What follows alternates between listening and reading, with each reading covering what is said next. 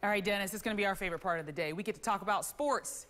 You know this guy, Tampa Bay, used to play for the Bucs. Beckles coming in for us just for a little bit to talk a little bit about NFL draft. And for people who don't know a lot about football or sports, still a big day for the Bucs because we get the #1 overall pick. What does that mean? Especially we're talking about two of the big names. We got Jameis Winston, we got Marcus Mariota. Yeah. What do you think about Jameis?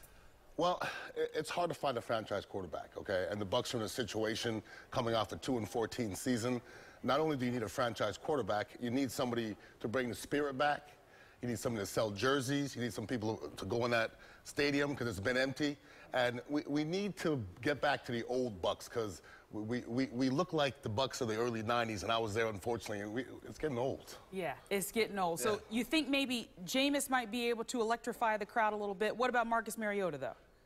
I think Jameis is the most ready quarterback in the NFL to start right away.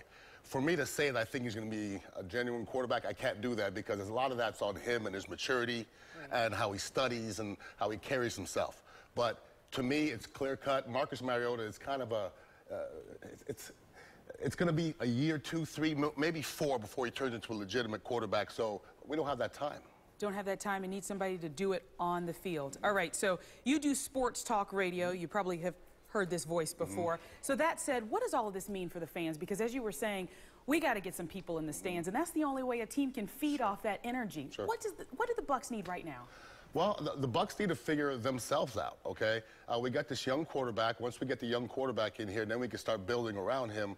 Well, but the Bucs have to realize that, you know, if you put Jameis Winston on that 2-14 team last year, we still probably wouldn't have won 8 games. So we still have a lot of other places where we need to get good, and that's what the draft is for, and it all starts with a quarterback. And I was just going to ask you one final question. So it's like we were joking about this in the newsroom earlier today. It's like there's only 2 guys to be drafted. There are so many people in the pool, and this will be going through Saturday. So the Bucs need to make sure they get around, you know, they're really rounded when the season starts. Well, this is tough because if you're a GM, you probably know that you're more than 1 player away. But because it's Jameis Winston, it's like he was handpicked to be there, and there's no way the Bucs in their right mind can pass up on Jameis Winston. No way. And he's from Florida State. Exactly. All right, Beckles, thank you so much for being with us. It was really a pleasure.